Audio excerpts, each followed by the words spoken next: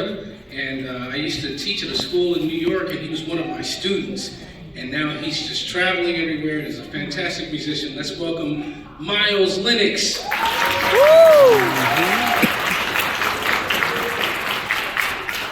And on this really cool instrument that we call the bass, this is Desron Douglas.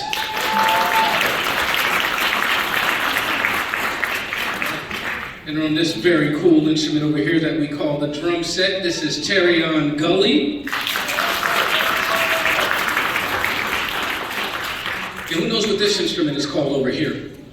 Saxophone. Just call it out.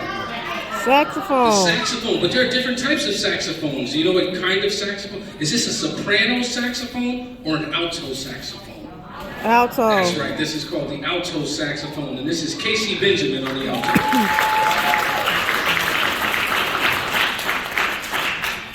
Okay, who knows what this thing is called?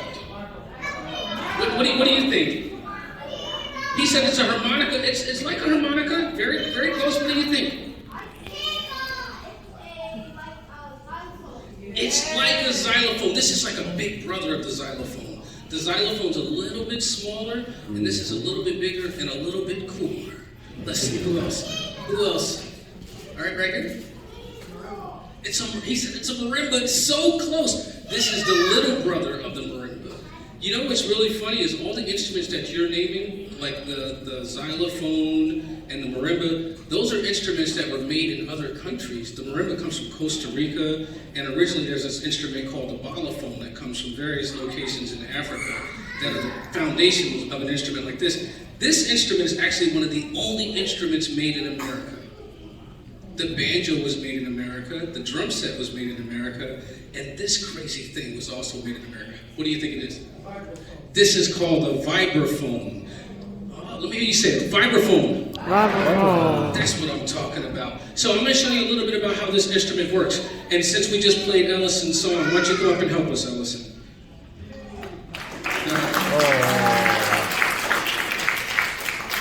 So one of the cool things is when they started the instrument that you call the balafon, even before the balafon, you would take a little piece of wood and you could hit it and it had a little bit of a sound, but it sounded short. Go like that. Yeah, see how it sounds really short? So then sometimes people would cut a hole into the ground, right? And if you put the wood over the hole, you would hit the note and all the sound would go down into that hole and it would get bigger. So it sounded a little bit louder. And then eventually someone had the idea to put large pieces of fruit, gourds, these big open circles under it so that when you hit the note, it started to resonate. So when they invented this instrument, they took that same idea. You see these long, cool tubes in the front? These are called resonators. And what happens is when you hit the note without the resonator, just hit the note on the top. See, it sounds pretty short. Now, this down here, did you notice that I have a pedal? Can you see? Like when I'm playing, I'm actually stepping on a pedal here. So underneath each of these notes, there's like a giant pillow. You can't really see it, but it's pushed up against the bar. So it's short. When he steps on the pedal, now there's no pillow. These notes are going to ring together and play a whole bunch of notes. Play a few more. See how they all ring together like that? Now if he lets go of the pedal, so you can control how long or short the notes are by using your foot. Now I'm going to show you something really cool. Inside of these tubes, if you hit the note, the sound goes down inside the tube, and then at the bottom of the tube, the sound can't get out because it's closed at the bottom. So you hit the note, the sound goes down, it hits the bottom, and then it comes back up much bigger. So let me ask you a question. If I had something at the top of this tube, and it was covering it, do you think the sound would be softer or louder? Soft. It would be softer. So right now, there's something covering it, so step on the pedal and hit the note. See, there's something inside of here that's covering it, but if did you hear it get a little bit louder? Just a little bit? Now watch this. I'm gonna turn on this switch, and all of a sudden, it's gonna go from open to close, open to close. It's gonna go soft, loud, wow, wow, wow, wow, wow, wow. And that's why they call this the vibraphone, because it's like vibrato. Have you ever heard an opera singer sing? And they go, oh! Let me hear you do it. Say, oh! Exactly. This instrument is like an opera singer. Watch. You ready? Play. Step on the pedal and play a few notes. play a whole bunch of notes. Go ahead. Just play a whole bunch of notes.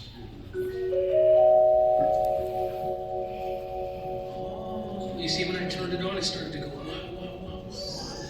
All right, so he's ready. Are you an expert now? You ready? Let's have him play along with the band a little bit. Let's see what he can do. He's gonna play his song.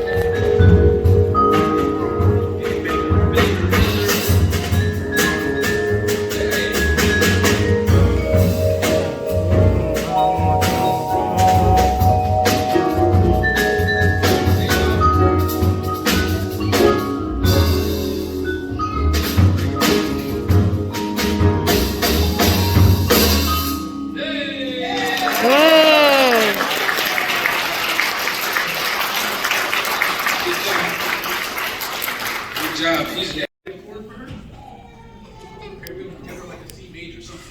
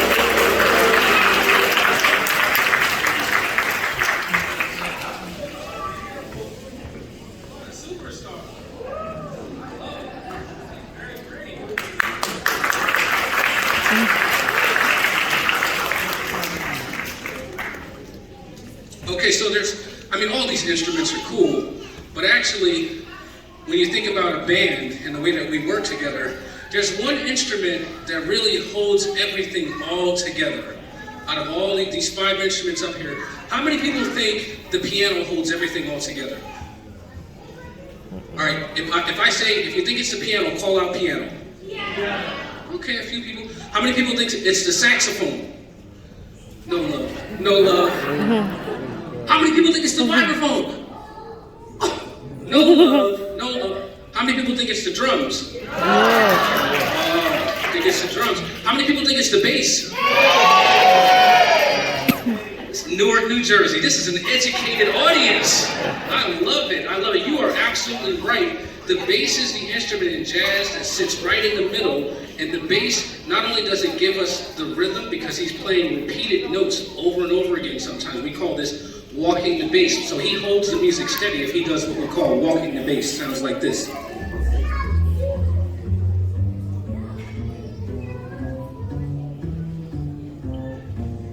So he's rock solid. He's moving the music forward. That's the foundation. And then the drums on top, he'll add a cymbal to this to make it dance even more.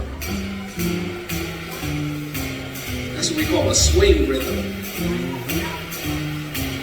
Now I want you to show me where you would snap your fingers with this. Like this, ready? There you go. Now watch this. The drum set is so cool. With his right hand, he's playing the swing pattern. With his left foot, he's gonna play where you're snapping at the same time. What? It's like magic. And then the other thing that happens is, when we're on the stage, I don't know if you know this, we're actually talking to each other. Did you see that I was kind of singing along? But we're really speaking in a language that we call scat. So I might say, it's really good to be here, but in jazz I would say, Did I hear you say it?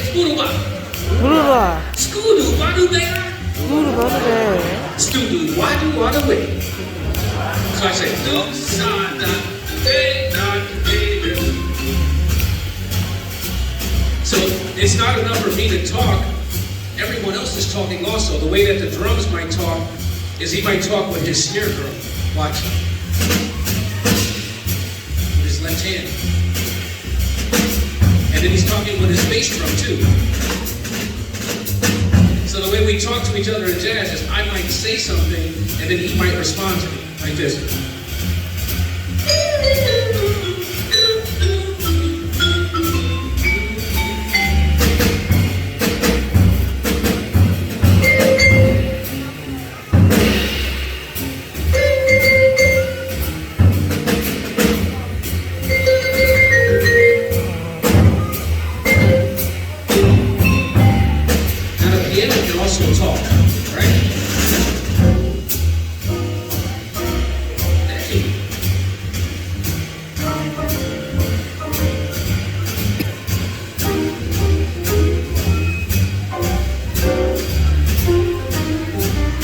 He's going to respond to me if I say, come, say, up.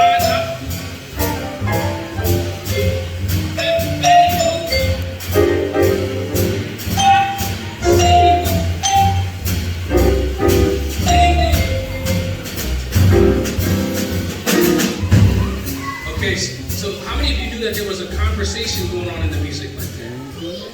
Yeah? The whole time that we're playing, we're talking to each other.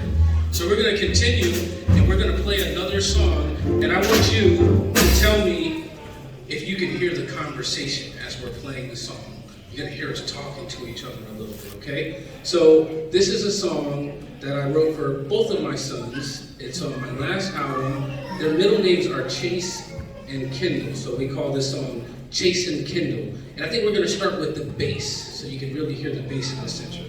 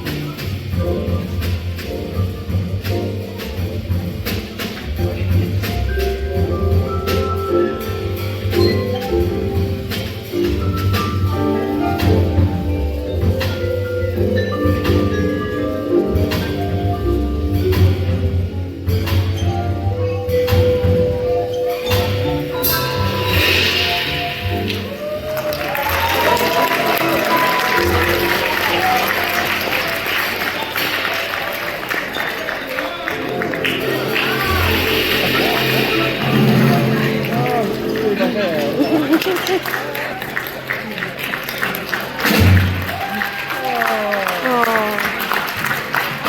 And he's so happy doing it too. That's divine. Another superstar in the family. Another superstar in the family. And I didn't want to come up and play. She doesn't want to. That's okay. We'll play another time. Okay. So, yes, you do it. A D. Okay, these notes sound like this. So there's an F, a G, an A, and a D. An F, a G, an A, a D. So I'm going to make something up with those notes. Let's see. This is called improvisation. We just make it up. Yeah, improv. We started with F, G, A, a D. I can also play it higher like this. F, a G, a A, a D.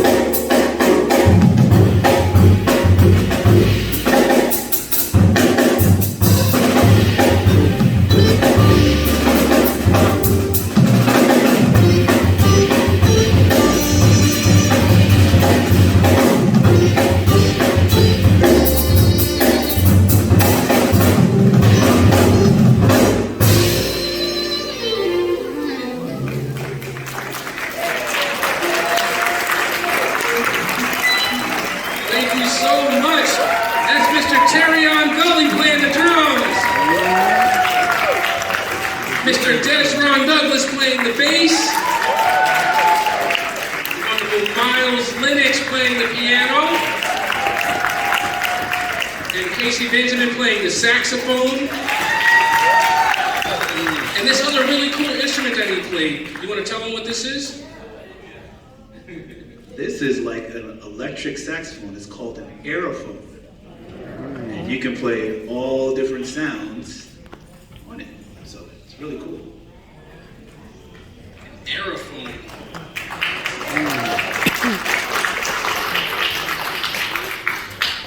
Now I feel bad about my vibraphone.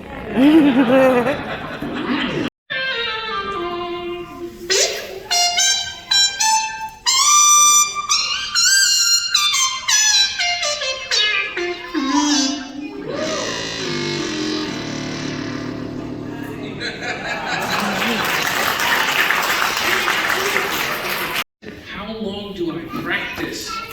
Wow. That's a really great question. You know, sometimes it's not about how long you practice, it's about how consistently you practice. So I practice pretty often, and I'll tell you, sometimes when you see someone play and they're doing lots of fast things, what's amazing is that when we practice, we usually practice things slowly. Because if you can do something slowly, it's much easier to do it fast. I'll show you something that I practice sometimes. Sometimes I'll practice and I'll cover my eyes like this. Because my instrument,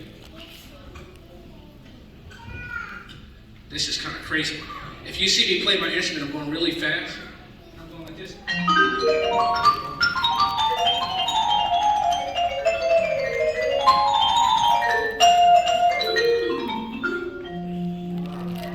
Super fast, right? But the thing is, my eyes can't keep up with that. It's going so fast that I can't see the notes. So in order to play an instrument like this, you have to be able to feel it. So a lot of times I practice with my eyes closed so that I learn to feel where the notes are. So I'll practice an exercise like this. Just one hand.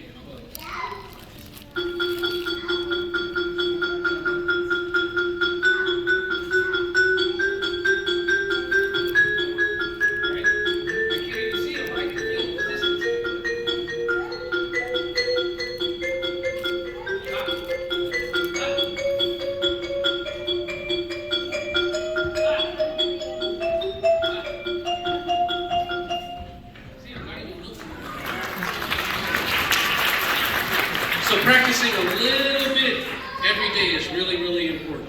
Great, great question. Okay, how about in the pink? Yes. Wow, what a great question. How did we get inspired to be a band? You want to answer this one? I don't know.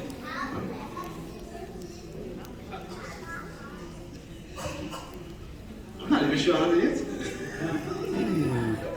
Yeah, I mean, I guess it starts with friendship. Like, you know, when you're going to school and you meet a fellow student and you guys become really good friends, and then music is based off of friendship. So if you're starting a band, it's good to be friends with the person that you're in a band with. And these instruments are just an extension of the friendship. So when we come on stage and we play music, it's very easy because we're already friends and we know each other. And we know each other's personalities, so we can kind of end each other's sentences and that sort of thing. So that's how we get inspired to make music together.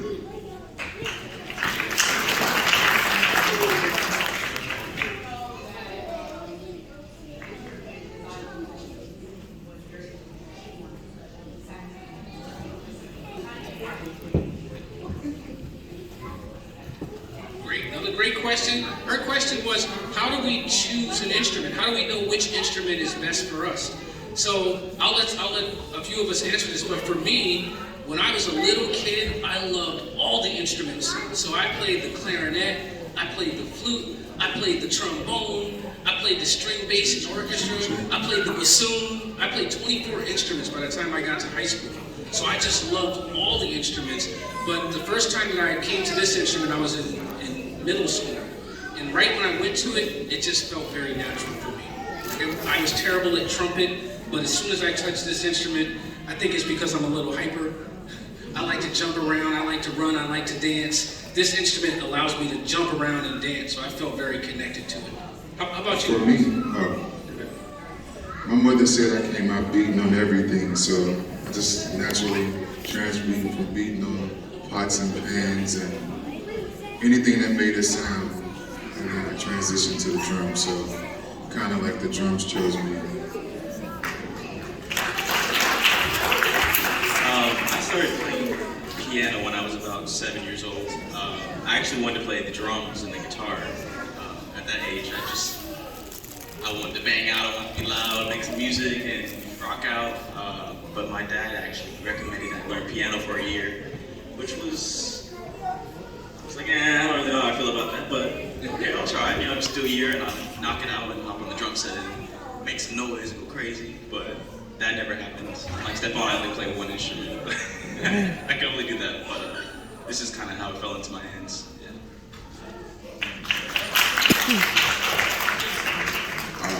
So when I was 7 years old, my father bought me one of those Casio electronic synthesizer guitars with 6 really thick metal strings on them.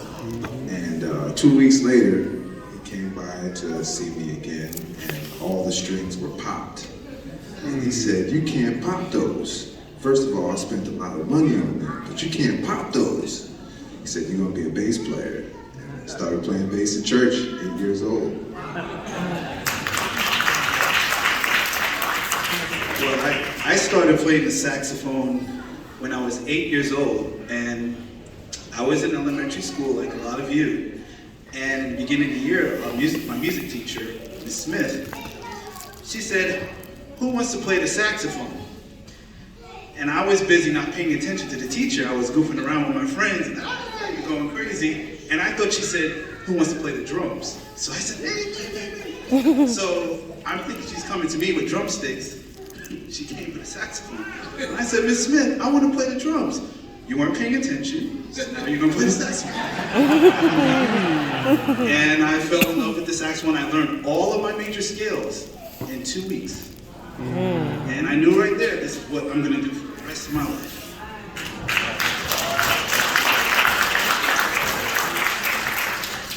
Yes, sir. Yes.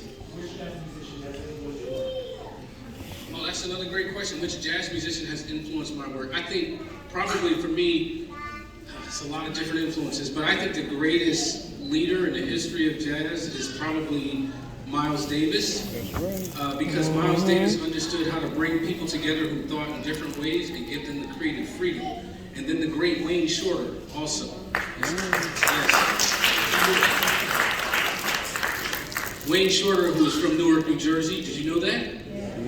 Wayne Shorter is one of the greatest musicians in the history of mankind, and he's right here. He's from right here in Newark, and he truly was a genius. He was able to bring musicians together and have the courage to not know in front of audiences all around the world. He would step forward to his instrument, play the saxophone, and fearless, every single night would create something completely new. So he's a great inspiration for me to keep challenging myself to grow, not only as a musician, but as a human being.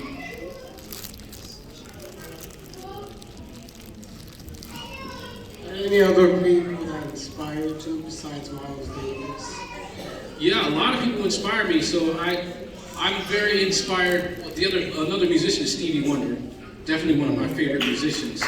But I also love writers, so Langston Hughes is always a great inspiration. Actually, that's my 14-year-old son is named Langston after Langston Hughes. And there's an amazing book that I've read probably 5 or 10 times called The Invisible Man. It's called that The was a Invisible good Man. one. And it's by this great writer named Ralph Ellison. And my youngest son who came up and played, he's named after Ralph Ellison. So I think those are great inspirations for me as well. Anyone else want to comment on inspirations? Yes. I have a question. How does your bass player feel about Buster Williams from Camden, New Jersey? Buster is one of the greatest to ever do it, and still doing it. I'm a big fan, and we've been very close over the years. He's inspired me tenfold every time I get a chance to be around him. As always, I leave filled. So, I love Buster. I love Buster. Have you guys? I'm just going to add to that. I can't see who asked the question about Buster, but I'll tell you, Buster is my biggest musical mentor. I was still in college, and I got a phone call to go play with Buster Williams. He didn't even know me. He heard about me. I showed up, and I had only been playing jazz for like a year. I showed up on the gig. It was the great Lenny White. Jerry Allen was playing piano, and I had no idea what I was doing. I got on stage with Buster Williams, and I was so lost, but I was courageous. There was something about what happened that night that he loved in me, and he encourages that in me every time I play with him. So he's one of my biggest mentors in music, for sure. Have you guys ever worked with a singer before? Yes, we worked with singers before. Who wants to answer this? Actually, I'm doing a thing tomorrow with Lizzo. I've also done stuff with Shaka Khan and some others. Yeah, I've worked with a lot of singers. I've worked with Betty Carter. Everybody from Betty Carter to Beyonce. I've worked with Anderson .Paak. I've worked with Kanye West. I've worked with a lot of big people in popular music. And I think, as all of us, every instrument tries to emulate the human voice. So it's really important for all of us to listen to vocalists. And it shows you how to phrase and how to speak and to translate these, like Stefan says, all this metal and wood into something lyrical and that touches your heart, it touches your soul. Where can we go to find your music? Oh, where can you go to find our music? Well, it's on Spotify, it's on iTunes, it's on Apple Music, all of those streaming platforms you can find it. Thank you for that question. Yes.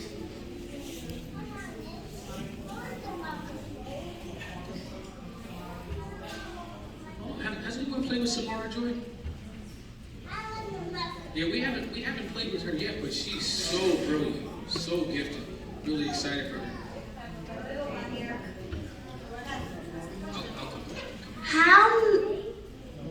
How many songs have you played? Wow, how many songs have we played? Probably 500. At least 500 songs. You learn lots and lots of songs as musicians. Sometimes you go to a place, like you go to Russia, or you go to China or somewhere, and you meet musicians for the first time that you've never met before, and you shake hands, and you go on stage, and you just start playing, because you know a lot of songs in common. So we know lots and lots of songs. I should know more. Yes? So being a jazz pianist, is it harder than being a pianist in any other category of music? That's a good question. I think, well, to answer your question, no, I think jazz has allowed me to, it opens up your ears and allows you to feel all kinds of music. I think jazz is just a word that describes, this particular.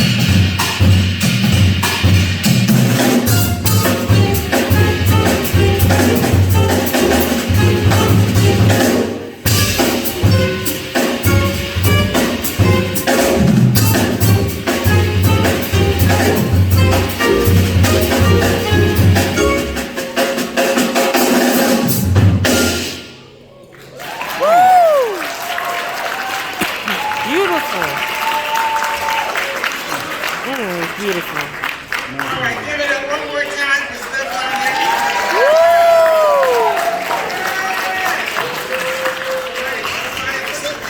Music on WBGO, by the way, if you haven't listened. Again, I'm Sheila Anderson. I want to thank our producer, Ms. Dorothy Kirk, aka Jazz Master, for producing the series, and our chief engineer, I forgot your title, but David Antoine is here. Let it out, Gabe. Give him a round of applause. Everyone who's worked on this. Don't go anywhere yet because we have some prizes to give away. But I also want to mention that the next concert is going to be next door at the Newark Public Library on May 13th with Carla Cook. So mark your calendars. We want to see you all here. I always say Newark audience is the best audience everywhere. It's been a great audience. So let's see.